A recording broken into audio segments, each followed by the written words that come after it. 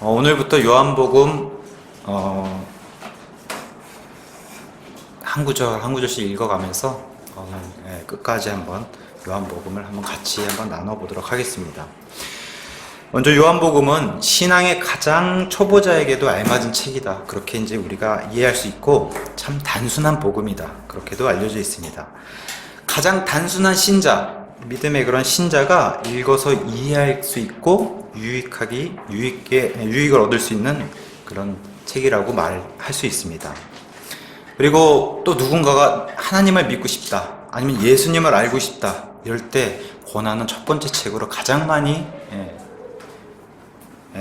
권하는 그런 첫 번째 책이기도 합니다.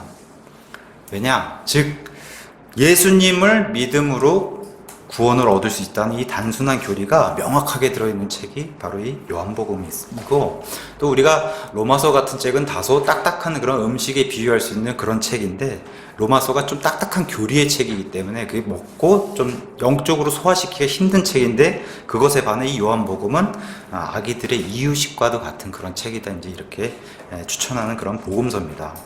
또한 초보 신앙인에게도 좋은 책이지만 성숙한 그리스도인에게도 최상의 책이고, 또 어떤 주석가는 이렇게 표현했더라고요. 가장 심오한 책이다, 이렇게도 표현했더라고요. 우리가 마태복음, 마가복음, 누가복음 이렇게 들어가게 되면 이 세 복음을 공관복음이라고 얘기합니다. 그래서 마치 세 명의 증인이 한 가지 사건을 놓고 봤을 때 다양한 시각의 차이에서 보고 비교해보고 서로 대조도 해보고 하면서 그렇게 볼 수 있는 복음서를 공관복음서라고 하는데, 이 공관복음서 기록이 대략 AD 60년부터 65년에 이루어집니다. 근데 이 공관복음 기록 이후에, 공관복음서 기록 이후에 이제 요한복음이 기록이 됩니다. 공관복음서를 잠깐 살펴보면은, 먼저 이제 마태라는 사람이 기록한 마태복음은 유대인에게 쓴 편지로 이제 이렇게 알려져 있습니다. 그래서 주제가 이스라엘의 왕과 그 다음에 메시아로 오신 분. 그래서 왕이란 단어가 많이 등장하고, 하늘의 왕국, 왕으로 오신 그분을 받아들이기 위한 그런 단어들이 많이 등장하는 이런 복음서로 등장하고 있고, 그 다음에 이제 마가가 쓴 마가복음은 그 수신자가 로마인들입니다. 로마는 우리가 2000년 전에 로마를 생각해 보면은 지배자가 있고 피지배자인 노예층이 굉장히 두터웠던 그런 시대입니다. 노예가 많고. 참 묘하게도 마가복음의 주제가 노예가 많던 시대에 예수님이 어떤 분이시냐, 섬김받으러 오지 아니하시고 섬기러 오신 종이다, 그런 주제로 마가복음은 로마인들에게 편지를 썼어요. 그래서 그렇게 마가복음을 세상에 전달을 했고, 또 누가가 쓴 누가복음은 대상자가 그리스 사람들이었습니다. 그래서 그리스는 우리가 잘 알다시피 굉장히 신이 많은 나라예요. 근데 그게 성경의 주제를 뭘로 끌고 가냐면은, 이렇게 신이 많은 그리스 사람들이 믿는 그 신이 거기서 절대적으로 그 교리를 부수면서 진짜 신인 하나님께서 사람의 몸을 입고 오셔서 사람의 아들로 오신 그 주제를 가지고 끌고 가고 있는 게 누가복음입니다. 그래서 이 세 복음서, 공관복음서가 이렇게 이제 등장을 60년에서 65년 사이에 했는데, 이로부터 이제 30년 정도가 지나고 나서 사도들, 베드로, 바울, 모든 사도들이 다 순교당해서 죽고 나서, 또 그 다음에 무슨 일이 이스라엘에 큰 일이 벌어지냐면 성전이 무너지는 그런 일이 역사적으로 일어났는데, 이러한 일이 30년 지나고 30년이 흐르고 난 뒤에 마지막 살아있는 사도 요한이 성경을 마무리 기록하면서 기록한 책이 요한복음입니다. 그래서 우리가 요한복음은 공관복음이라 얘기 안 하고 사복음서의 하나로 들어가긴 하지만 전혀 다른 주제가 등장합니다. 요한은 그 이름의 뜻이 여호와는 은혜로우시다, 이런 뜻이에요. 참 이름이 뜻이 좋은데, 이 요한이란 사람이 요한복음을 기록할 때 초반에 요한이란 이름이 등장하는데, 그 사람은 자기가 아닙니다. 침례자 요한, 구약시대의 침례자 대언자 요한을 이름을 쓴 것이고, 자기 이름을 한 번도 기록을 안 해요, 이 요한복음에. 그래서 그걸 학자들은 뭐라고 얘기하냐면 굉장히 겸손한 자다, 제자 가운데 굉장히 겸손한 자다. 근데 이 겸손한 자를 예수님이 가장 사랑했어요.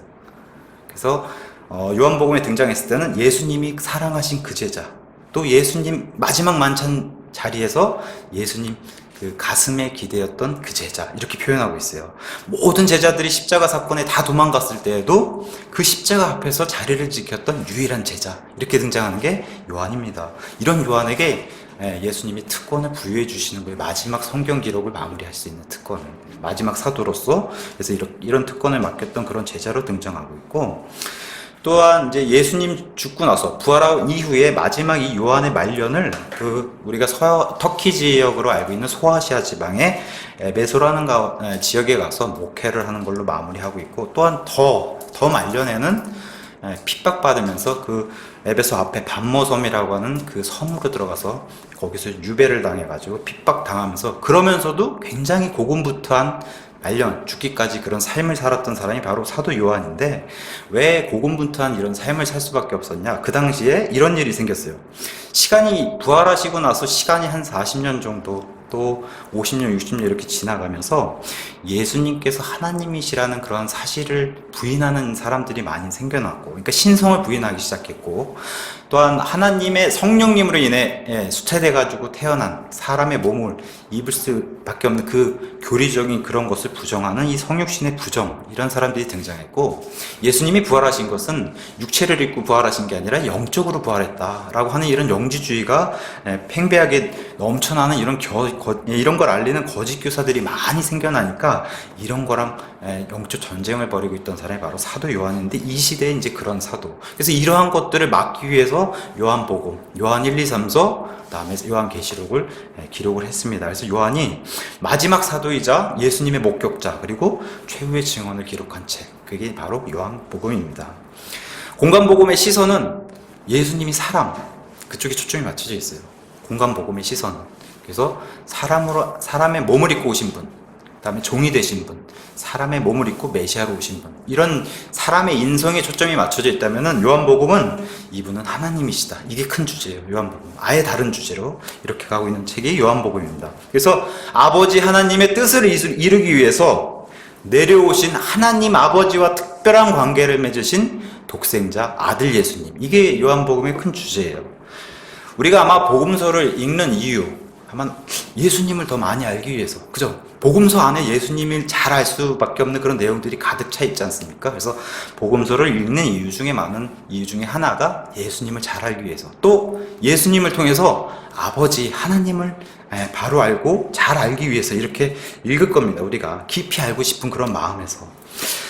아버지란 단어를 성경에 가서 찾아보니까 구약에도 많이 등장하지만 특히 신약 성경에서는 369회 정도 이렇게 아버지란 단어가 등장하는데, 그 중에 아버지란 단어가 가장 많이 등장하는 책이 요한복음서예요. 뭐랑 견줄 수 있냐면, 우리가 공간복음, 마태, 마가, 누가복음에는 아버지란 단어가 128회 나옵니다. 근데 요한복음은 이걸 뛰어넘을 한 복음서 안에 134회나 등장해요. 이건 뭘 얘기하는 거냐면은, 요한복음 안에는 예수님을 통해서 하나님 아버지를 많이 드러냈다는 거예요.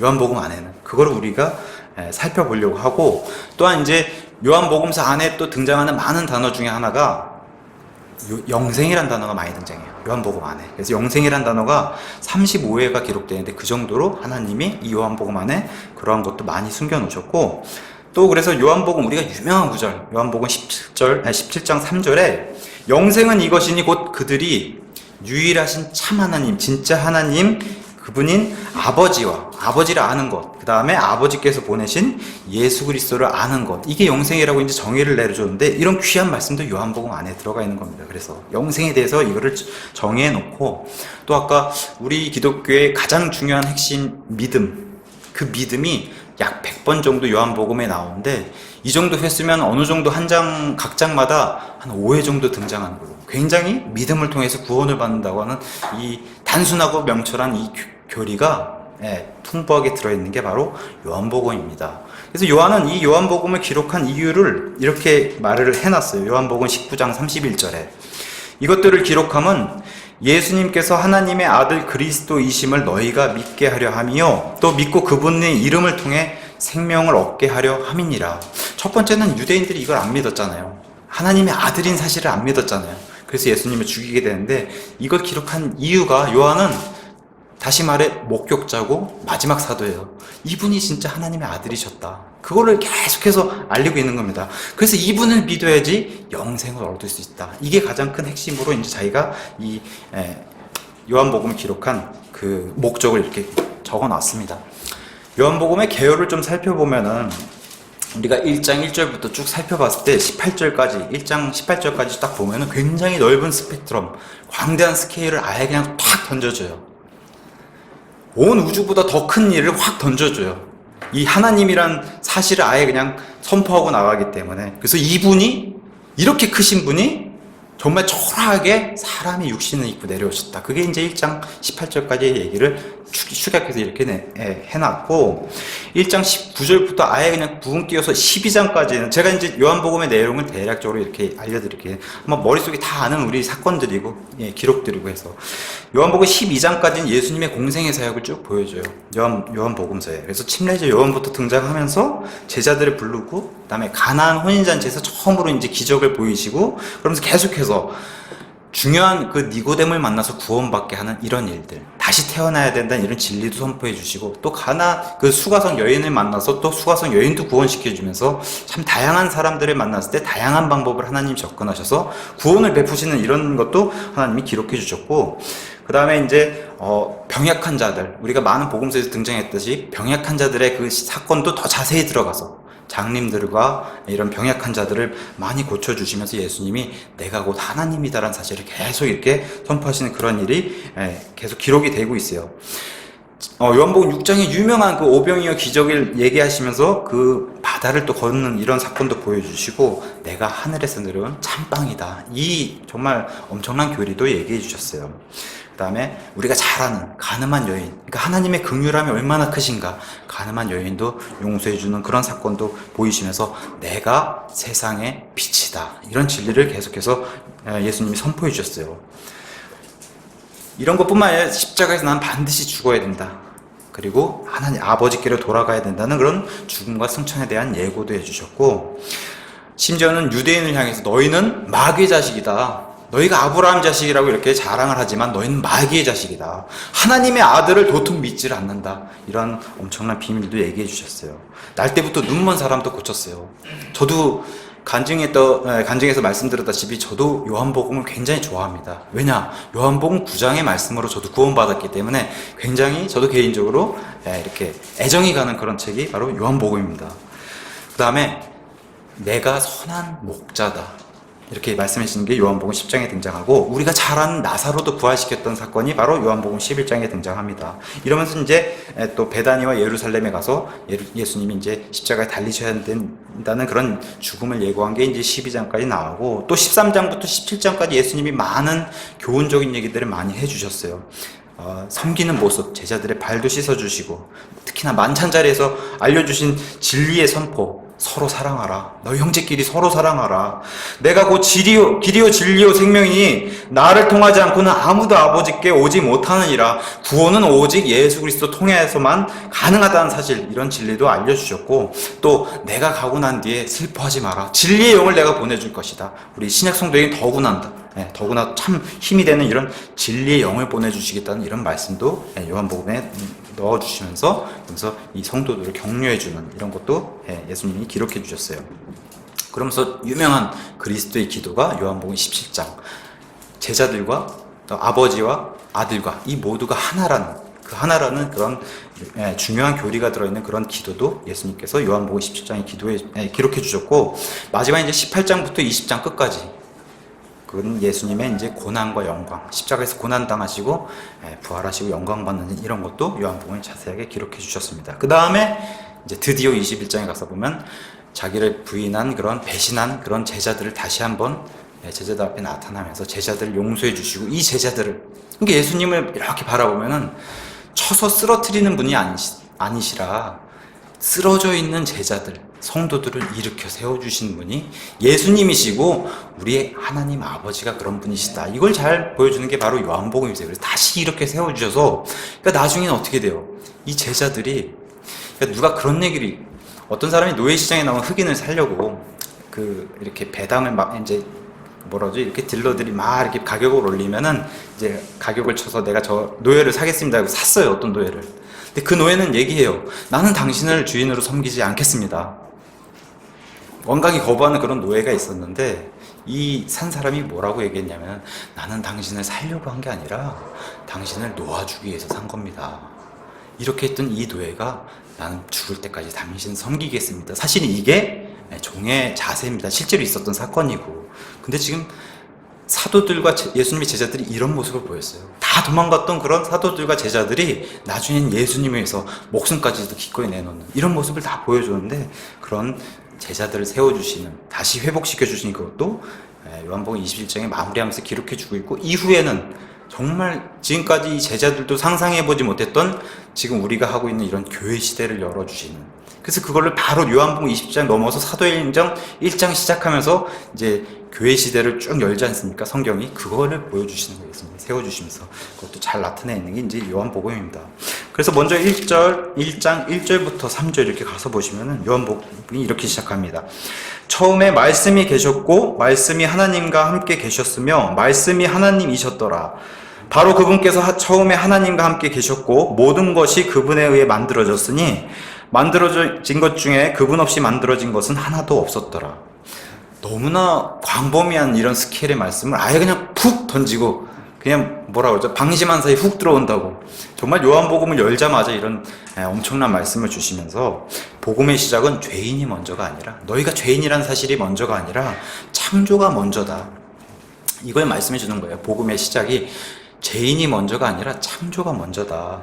그래서 성경 기록을 사도 요한이 정리하면서 정말 광활한 범위의 창조자, 우리의 창조의 주인 되신 그분, 그러니까 구약 시대엔 많은 예수님의 이름이 붙어요. 전능하신 분, 삼위일체 하나님, 엘로힘이라고 하는 그 하나님의 이름, 주인 되시는 분, 주님 되시는 여호와, 많은 이름들, 그다음에 아까 간증에도 말씀드렸다시피 지극히 높으신 분, 많은 호칭이 붙는데 이런 것들을 보여주시는, 아예 툭 던지면서 보여주는 게 요한복음 1장 1절부터 시작하는 겁니다. 자, 세상을 창조하시면서 역사를 시작하시는데, 우리가 이제 처음에 in the beginning이라고 하는 이 영어가 시작되는 단어가 창세기 1장 1절에도 동일하게 등장하는데 이 두 사건이 다른 사건입니다. 가서 그래서 문맥을 살펴보면은 창세기 1장 1절은 이렇게 성경이 시작합니다. 처음에 하나님께서 하늘과 땅을 창조하시니라. 이것은 인간의 역사를 시작하면서 시간을 만드실 때 시작했던 그런 시간인데, 여기 요한복음의 시작은 이거랑 완전히 다른 그런 걸로 성경이 이제 마무리를 하고 있습니다. 묘하게도 창세기, 출애굽기, 레위기, 신명기, 민수기, 이 5권의 모세 오경이라고 하는 이 5권은 모세가 기록을 했고, 요한복음, 요한 1, 2, 3서, 요한계시록, 이 5권은 요한이 5권으로 마무리한 참 이런 묘한 짝을 이루고 있는데, 자, 성경의 역사를 시작하는 창세기 1장 1절과 지금 요한복음의 1장 1절부터 3절이 다른 그런 사건으로 등장합니다. 성경은 하나님의 존재를 증명하려고 하지 않습니다. 노력하지 않아요. 뭘 보여주냐? 성경은 하나님의 존재를, 사실을 그냥 전제하고 그냥 진리를 제시해 줄 뿐입니다. 성경은. 어떤 사람이 이렇게 얘기해요. 어린석은 자는 마음속으로 이르기를 하나님은 없다. 이렇게 시편 14편 1절에 얘기하고 있는데, 이걸 정면으로 반박하고 있는 글이 창세기 1장 1절, 요한복음 1장 1절 이렇게 얘기하고 있는 겁니다. 자, 지구와 온 우주와 사람을 창조하기 시작했던 것이 바로 창세기 1장 1절부터 시작하는데, 이전에는 그럼 어떠냐? 이전에는 시간이 지금 시작된 것은 창세기 1장 1절부터 시작했는데, 이전에 시간이 없을 때 그걸 얘기하는 겁니다. 그래서 그거에 대한 잠깐 이렇게 살펴볼 수 있는 구절들이 욥기서에 나오는데, 욥기서에는 이렇게 나옵니다. 하나님이 욥에게 이렇게 물어보세요. 38장 4절과 7절에 내가 땅의 기초들, 지구의 기초들을 놓을 때에, 하나님께서 이렇게 놓을 때에 너는 어디 있었느냐? 없었죠. 욥은 있을 수가 없죠. 그걸 물어보는 겁니다. 욥, 너에게 명철이 있거든 밝히 고하라. 어느 때에 새벽별들은 하나님의 천사들입니다. 새벽별들이 함께 노래하고 하나님의 모든 아들들이 기뻐 소리를 질렀느냐? 왜 그래요? 온 우주와 지구와 이런 것을 창조하는 모습을 하늘에 있는 천상의 존재들과 천사들을 같이 보았단 말이에요. 그거를 하나님께 영광 돌리고, 왜냐하면 천사들도 그런 거 처음 보지 않습니까? 그러니까 그걸 영광 돌리고 함께 기뻐 소리를 질렀다. 하늘에서 이런 일이 벌어진 겁니다. 하나님 존재에서. 그러니까 이런 일이 있을 때 욥, 너는 어디 있었냐? 이거는 창조 전에, 시간을 만드시기 전에 이렇게 시작된 일로 성경이 기록해 주고 있습니다. 그러면 이 천상의 존재들, 천사들조차도 창조된 존재들이에요. 이거 전에 그럼 무슨 일이 있었냐? 그걸 요한복음이 보여주는 거예요. 아무것도 없었을 때에도 이 스스로 존재하시는 이 세 분이 계셨다. 그걸 얘기하는 겁니다. 오늘 요한복음 시작이 아예 그냥 정말 광활한 스틸. 이분들이 누구신가? 근데 우리는 이 분들이라고 얘기하지 않습니다. 우리는 교리적으로는 이 세 분이 한 하나님이시다. 그걸 얘기하고 있는 겁니다. 오늘 사람 창조 이전에 천상의 존재를 만드시고 이 천상의 존재들조차도 만드시기 전에 계셨던 분이 이분이시다. 그게 이제 요한복음이 시작으로 이제 시작이 되면서 다시 한번 처음에 말씀이 계셨다. 이렇게 이제 시작을 하는 겁니다. 어디서 누가 얘기를 해요. 말씀 이렇게 하면 뭐 우리 부모님이 말씀하시거나 아니면 누가 뭐 삼촌이 말씀하시거나 말씀 이렇게 얘기해요. 보이지 않아도 들리는 겁니다. 말씀은. 그렇잖아요. 보이지 않아도 들리는 겁니다. 중요한 요점이 들리는 거라고 얘기하는 겁니다. 그래서 로마서 10장 17절에서는 이 믿음은 들음에 의해 오고 들음은 하나님의 말씀에 의해 온다고 우리에게 정의를 해주셨는데 말씀이 처음에 계셨다. 한번 우리 다 같이 가서 요한일서 동일한 기록자인 요한이 요한일서 1장 역시 기록을 했는데 1장 1절과 2절에 가서 보시면은 제가 읽겠습니다. 처음부터 계셨던, 여기도 더 비기닝 들어가요. 우리 인간을 창조하시고 지구와 우주를 만드시기 전 영원의 그 시작입니다. 시작, 알 수도 없는 그 시작. 처음부터 계셨던 그것, 즉 생명의 말씀에 관하여는 그것을 우리가 들었고 우리 눈으로 보았으며 자세히 살펴보았고 우리 손으로 만졌노라. 말씀이라고 하는데 이걸 만졌다는 겁니다. 보고 만지고 그 생명이 나타나심에 우리가 그것을 보았고, 다시 한번 강조하는 겁니다. 또 아버지, 하늘에 계신 하나님 아버지와 함께 계시다가, 이건 하늘에서 이루어진 일인데 우리에게 나타나신 뭐예요? 사람의 몸을 입고 내려오신 그분이시라는 겁니다. 우리에게 나타나신 그 영원한 생명을 증언하며 너희에게 이제 사도 요한인 내가 말씀을 기록하고 보이노라. 이렇게 이제 시작하는 게 요한일서 1장과 1장 1절에서 2절입니다. 성육신 하나님의 이런 교리적인 모습도 사도 요한이 얘기를 해주면서 하나님이신 예수님께서, 이 말씀이라 부르신 그 예수님께서 사람의 몸을 입고 내려오시는 것을 사도 요한이 증언을 하고 있는 겁니다. 시작하면서. 또한 요한일서 5장 20절에서 가서 보시면 동일하게 이렇게 계속해서 증언하고 있어요.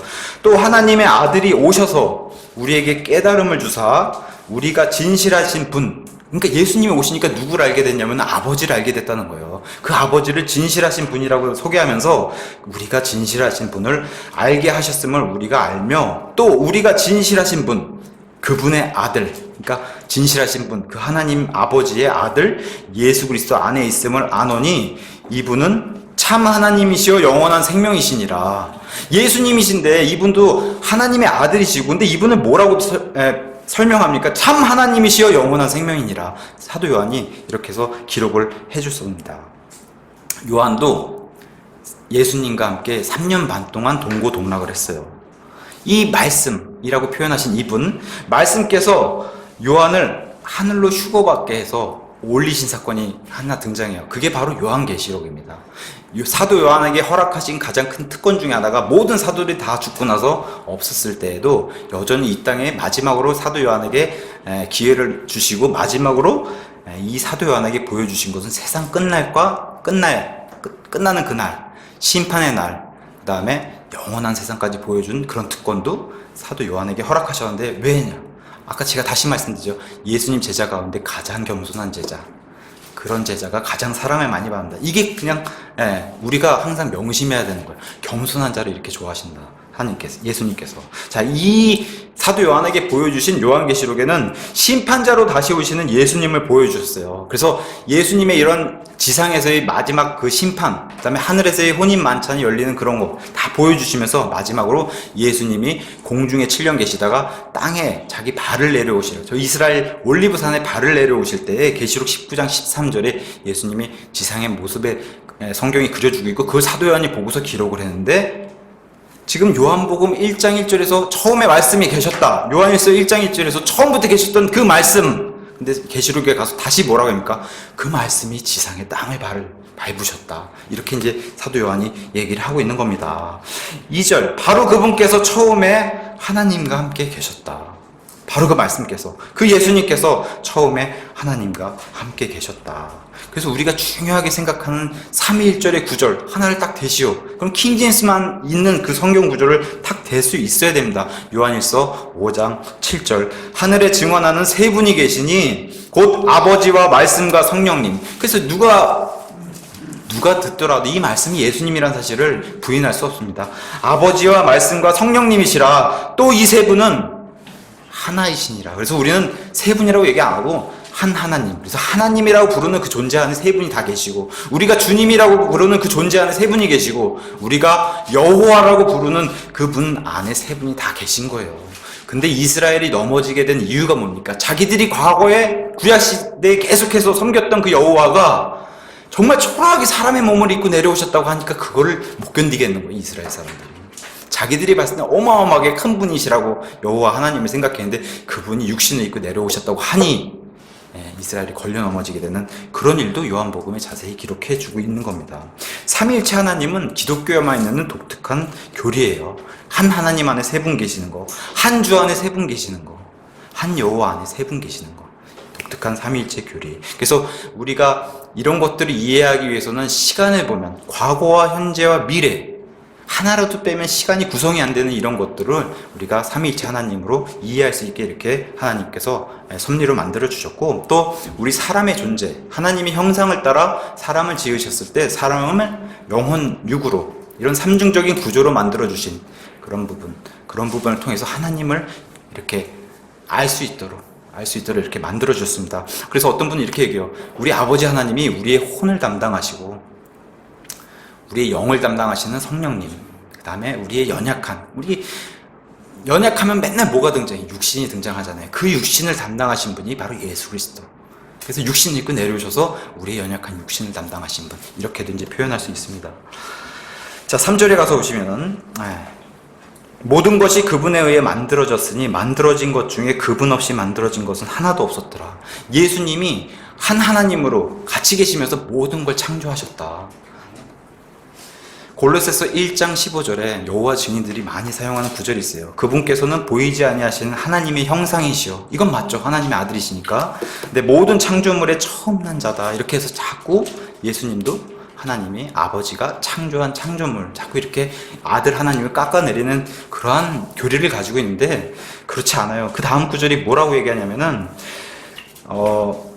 다시 읽겠습니다. 제가 골로새서 1장 15절을. 그분께서는 보이지 아니하는 하나님의 형상이시요 모든 창조물의 처음 난 자시니 이는, 근데 이 예수님은 그분에 의해 모든 것이 창조되었기 때문이라 동일하게 지지해주고 있어요. 요한복음의 말씀도 처음에 이 말씀이 다 같이 함께 창조하셨고, 골로새서도 그분 예수님에 의해 모든 것이 창조되었다 이렇게 얘기해주고 있고, 하늘에 있는 것들이 땅에 있는 것들, 보이는 것과 보이지 않는 것들, 하늘에 있는 것들, 땅에 있는 것들, 이거 다 지구와 온 우주에 있는 것들이고, 여기 보면은 보이는 것들과 보이지 아니하는 것들, 이 천상의 존재들까지도 다 예수님도 창조하셨다. 곧 왕자들이나 통치들이나, 이거 다 지금 천사들 얘기하는 겁니다. 왕자들, 통치들이나 정사들이나 권능들이나 모든 것이 그분에 의해 창조되고 그분을 위하여 창조되었노라.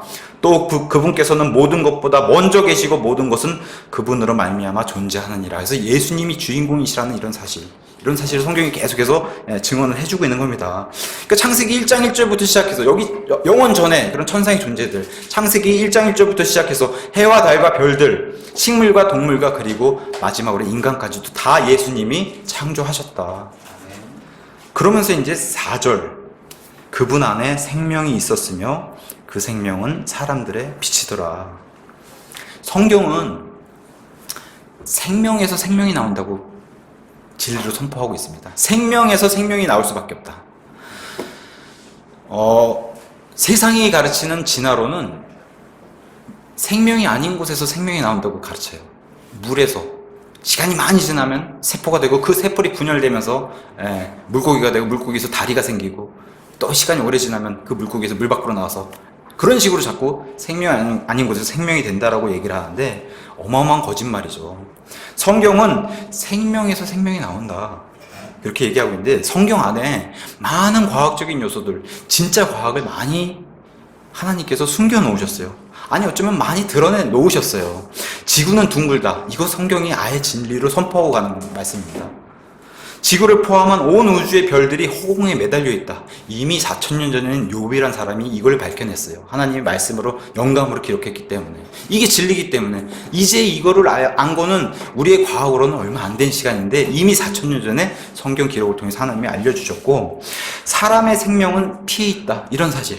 그 다음에 다른 태양의 빛을 반사하는 이런 거. 과학이 밝혀내기 이전에 어마어마한 그 시간 전에 이미 다 성경이 밝혀내고 있고, 우리가 레위기 같은 데 가서 보시면 많은 이 규례들이 있어요. 레위 제사장들이 막 손을 씻잖아요.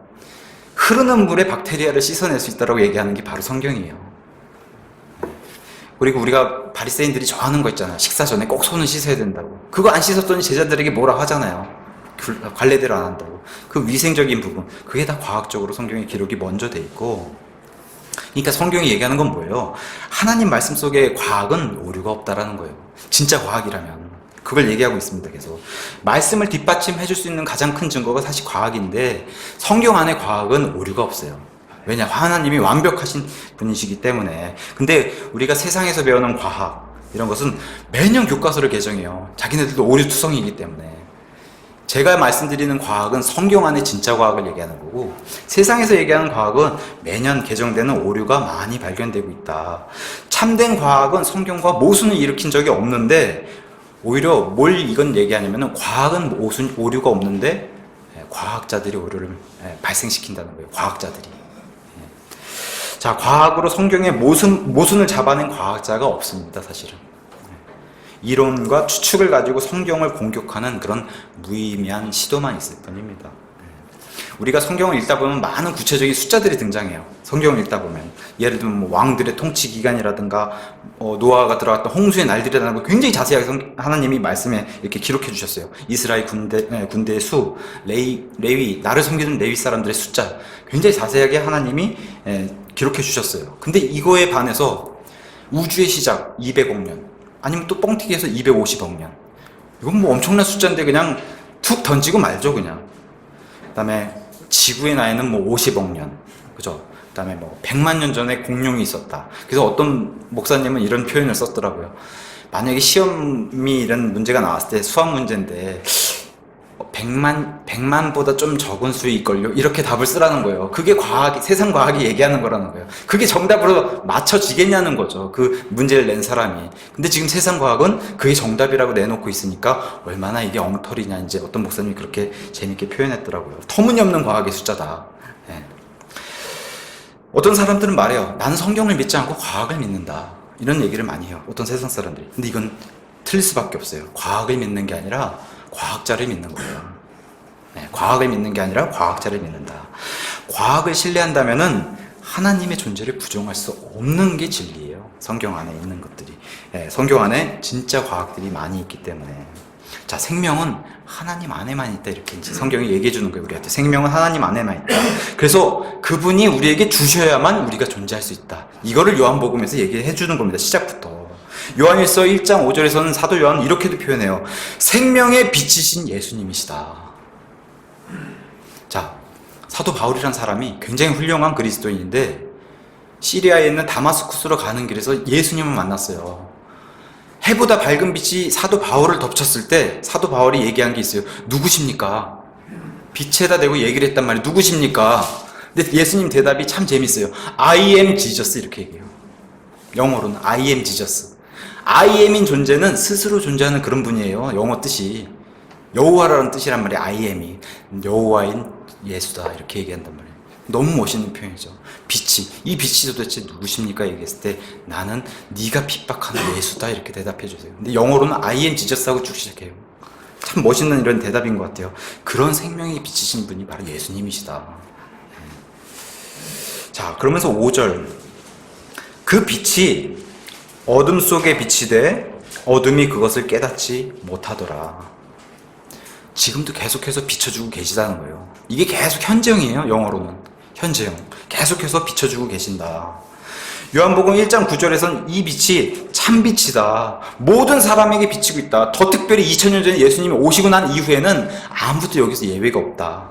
이렇게 성경이 증언하고 있는 겁니다. 아무도 여기서 예외가 없다. 예수님이 비춰준 이 빛에서는. 찾으면 알 수 있다라고 계속해서 성경은 얘기하고 있는데 이걸 사람들이 계속 거부한다는 겁니다.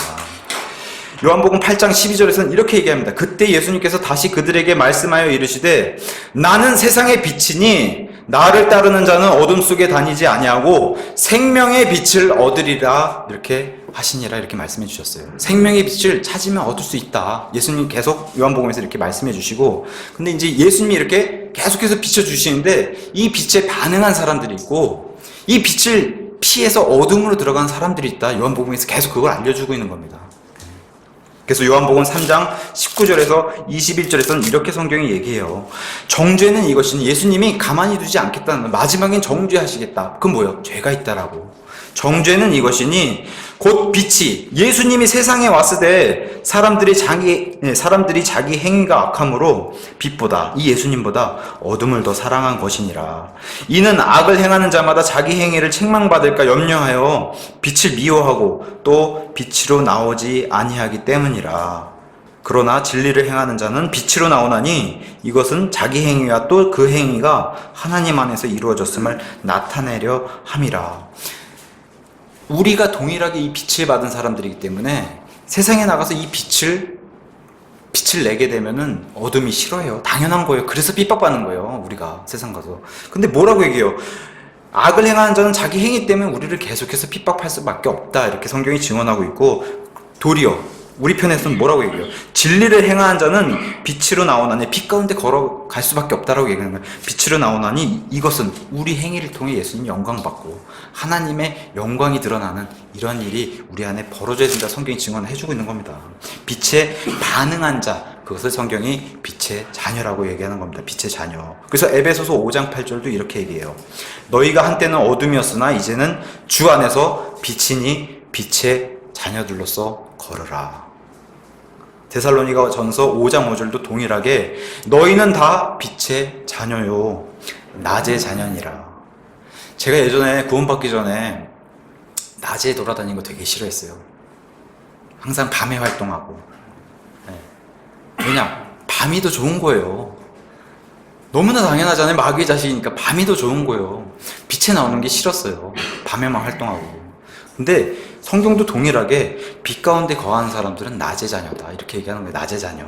우리는 밤이나 어둠에 속하지 아니하니 우리 성도들은 이 빛 가운데를 걸어다니는 사람들이다. 걷고 예수님과 지체들끼리 밝은 곳에서. 그러니까 교회 가면 어둡지 말라고, 어둡게 하지 말라고 그런 거예요. 그래서 정 목사님도 항상 밝아야 된다. 교회는 굉장히 밝아야 된다. 물론 이제 뭐 환경에 따라서 아니면 뭐 2000년 전에 이런 핍박을 당할 때는 정말 어쩔 수 없이 굴로 들어가고 무덤에 들어가서 예배 드릴 수 있는 그런 시대도 있었지만 우리에겐 얼마나 좋은 환경과 공간을 열어주셨어요. 이렇게 밝은 곳에서 좋은 날씨와 함께 밝은 날 예배 드릴 수 있는 이런 특권도 허락해 주신 거예요. 우리에게. 자, 이 빛 가운데 거하는 것, 빛 가운데 걷는 것을 성경은 간단하게 얘기해서 성화라고 얘기하는 겁니다. 성화. 그래서 이 성화, 빛 가운데로 걸었을 때 우리의 삶이 하나님을 거룩하게 구별하고 거룩하게 구분되게 그렇게 하나님을 대할 수 있게 할 수 있다. 이렇게 이제 성경이 증언해주고 있는 겁니다.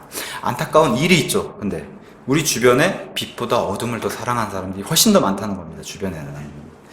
근데 이런 일이 왜 이렇게 아까 함성명진님도 간증했다시피 믿는 건 너무나 간단한 건데 여기서 여기 오는 거 너무 간단한 방법으로 하나님이 방법을 열어놓으셨는데 안 온다는 거예요.